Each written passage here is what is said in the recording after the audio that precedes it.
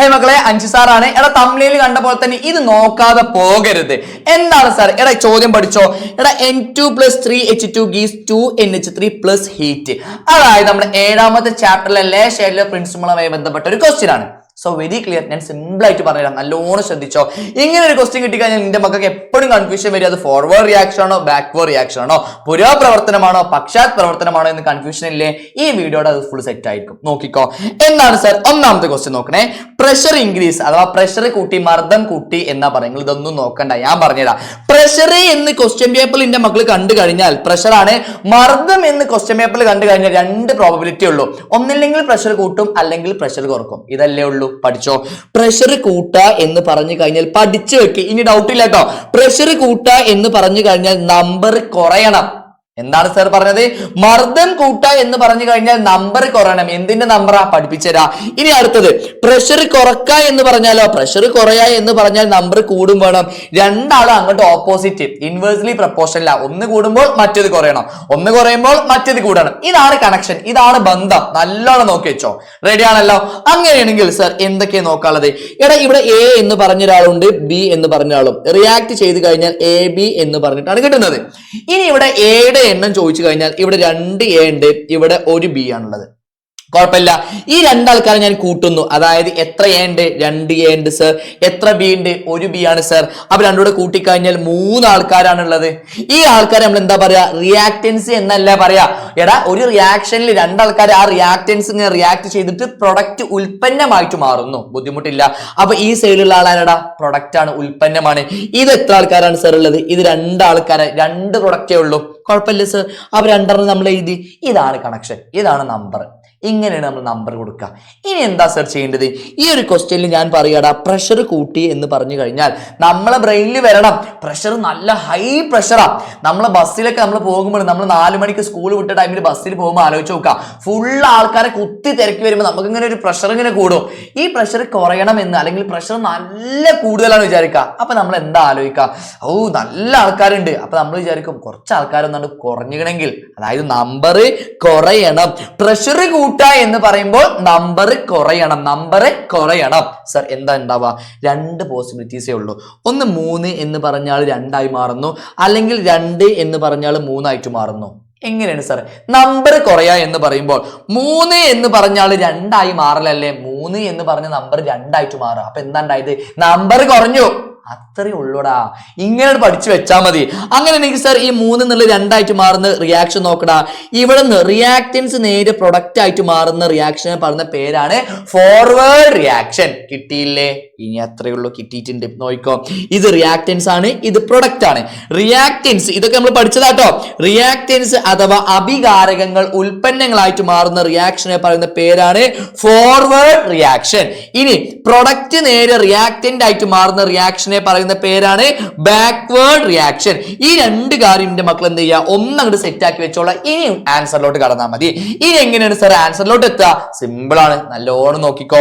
എങ്ങനെയാണ് സാർ? നമ്മൾ പ്രഷർ എന്ന് കേൾക്കുമ്പോൾ നമ്മൾ നമ്പർ എണ്ണണം. എണ്ണിക്കോ. അതായത് ഇവിടെ എത്ര സാർ? ഈ മുന്നിൽ എഴുതുന്ന ഈ നമ്പർ ആയിട്ട്, ഈ മുന്നിൽ എഴുതുന്ന നമ്പറാണ് നമ്മൾ നമ്പറായിട്ട്, മോളുകളുടെ എണ്ണായിട്ട് അല്ലെങ്കിൽ മോളിക്യൂൾസ് നമ്പറായിട്ട് കൺസിഡർ ചെയ്യാം. സർ ഇവിടെ 1 ആണ്, അവിടെ ആരുമില്ലെങ്കിൽ നമ്മൾ 1 ആയിട്ട് കൺസിഡർ ചെയ്യുന്നു. 1 എടുത്തു സർ. ഇവിടെ ഹൈഡ്രജനോ 3 ആളുണ്ട്. അപ്പൊ 1+3 എന്ന് പറയുമ്പോൾ ഇവിടെ ഒന്ന് ഞാൻ ശ്രദ്ധാക്കട്ടെ. ഓക്കെ, 1+3 എന്ന് പറയുമ്പോൾ സർ 4 കിട്ടിയിട്ടുണ്ട്. ബുദ്ധിമുട്ടില്ല. ഇനി പ്രൊഡക്റ്റിലോട്ട് പോയപ്പോൾ ഇവിടെ 2 എന്നുണ്ട്. സോ കിട്ടി സർ, ബുദ്ധിമുട്ടില്ല. അപ്പൊ 4ഉം 2 ആണ് ഇവിടത്തെ നമ്പർ. ഇനി ആലോചിക്കാം, എന്താ ക്വസ്റ്റ്യൻ? പ്രഷർ കൂട്ടുന്നു എന്നാണ്. പ്രഷർ കൂട്ടുക എന്ന് പറയുമ്പോൾ മക്കളെ പറഞ്ഞോളി, നിങ്ങൾ തന്നെ പറയാ. പ്രഷർ കൂട്ടുക എന്ന് പറയുമ്പോൾ നമ്പർ കുറയണം. അങ്ങനെയാണെങ്കിൽ സാർ ഇവിടെ 4 എന്ന് പറഞ്ഞ നമ്പർ 2 ആക്കി മാറ്റിയാൽ പോരെ? അങ്ങനെയാണെങ്കിൽ ഇങ്ങനെ മുന്നോട്ടേക്ക് പോകുന്ന റിയാക്ഷൻ പറഞ്ഞ പേരെന്താ? ഫോർവേഡ് റിയാക്ഷൻ ആണ്. അപ്പൊ പ്രഷർ കൂട്ടുമ്പോൾ എന്ത് റിയാക്ഷൻ നടക്കുക? ഫോർവേഡ് റിയാക്ഷന്റെ സ്പീഡ് കൂടുന്നു, അഥവാ പുരോപ്രവർത്തനം കൂടുന്നു. കിട്ടി, പഠിച്ചു, നോ പ്രോബ്ലം, സെറ്റാ.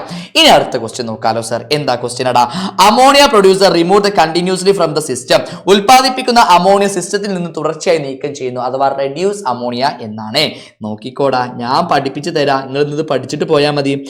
N2+ 3H2 gives 2NH3. ഇതാണല്ലോ ക്വസ്റ്റ്യൻ. ഒരൊറ്റ ക്വസ്റ്റ്യൻ ഞാൻ പഠിപ്പിച്ചുതരാം, നോക്കിയിട്ടാണ് പോയിക്കോ. എടാ ഇവിടെ നൈട്രജൻ ഉണ്ട്, ഹൈഡ്രജൻ ഉണ്ട്. ഈ രണ്ടാൾക്കാരും റിയാക്ടൻസ് സൈഡിലെ ഒരു പാത്രമാണ് എന്ന് വിചാരിക്കാം. ഇത് റിയാക്ടൻസിന്റെ പാത്രം, ഇവിടെ പ്രൊഡക്റ്റിന്റെ ഒരു പാത്രമുണ്ട്, ഇത് NH3 ആണ്. ബുദ്ധിമുട്ടില്ല സർ. ഇത് രണ്ടും ഈക്വൽ ആയിട്ട് നിൽക്കാം, ഇക്വിലിബ്രിയം സ്റ്റേറ്റ് അഥവാ സന്തുലനാവസ്ഥ കറക്റ്റ് സമമായിട്ട് നിൽക്കാം. എന്താ ഇങ്ങോട്ട് പറഞ്ഞത് അറിയോ? ക്വസ്റ്റ്യനിൽ പറയാം NH3 ഒഴിവാക്കുക, റിമൂവ് NH3 എന്നാണ്, അഥവാ അമോണിയയുടെ അളവ് കുറക്കുന്നു. കിട്ടിയല്ലോ, അമോണിയ കുറക്കുക.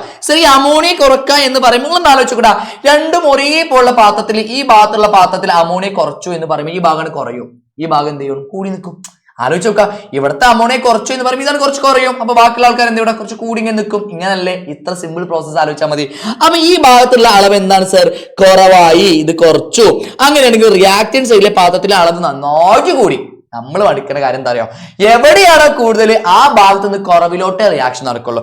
അപ്പൊ റിയാക്ടൻസ് സൈഡിൽ നിന്ന് പ്രൊഡക്റ്റിലോട്ട് റിയാക്ഷൻ നടക്കും. ഇത് ഏത് റിയാക്ഷനാ ചെങ്ങായിമാരെ? റിയാക്ടൻസ് പ്രൊഡക്റ്റ് ആയിട്ട് മാറുന്ന റിയാക്ഷൻ ഫോർവേഡ് റിയാക്ഷൻ അഥവാ പുരോപ്രവർത്തനം, വീണ്ടും പുരോപ്രവർത്തനം.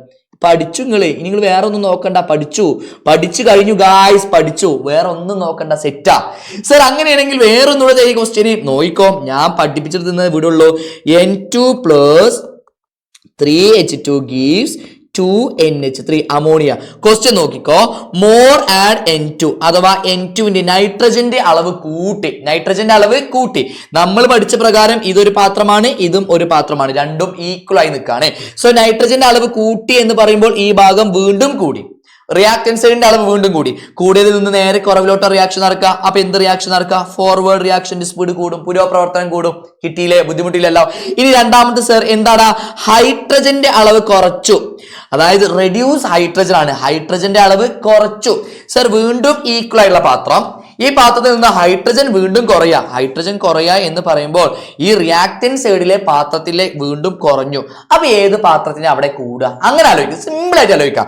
ഈ ഭാഗം കുറഞ്ഞു, അപ്പൊ ഓപ്പോസിറ്റ് സൈഡ് കൂടും സർ. ഈ ഓപ്പോസിറ്റ് സൈഡ് കൂടി കഴിഞ്ഞാൽ ഓപ്പോസിറ്റ് എവിടെയാണോ കൂടുന്നത് അതിന്റെ ഓപ്പോസിറ്റിലോട്ട് റിയാക്ഷൻ നടക്കുക. ഇവിടെ നിന്ന് ഇങ്ങോട്ടേക്ക് നടക്കുന്ന റിയാക്ഷൻ എന്താണ്? പ്രൊഡക്റ്റ് നേരെ എന്തായിട്ട് മാറുന്നു? റിയാക്ടൻസ് ആയിട്ട് മാറുന്നു. നമ്മൾ പഠിച്ചിട്ടുണ്ട്, ബാക്ക്വേർഡ് റിയാക്ഷൻ ആണ് അഥവാ പക്ഷാത് പ്രവർത്തനമാണ്. പരിപാടി കഴിഞ്ഞില്ലേ?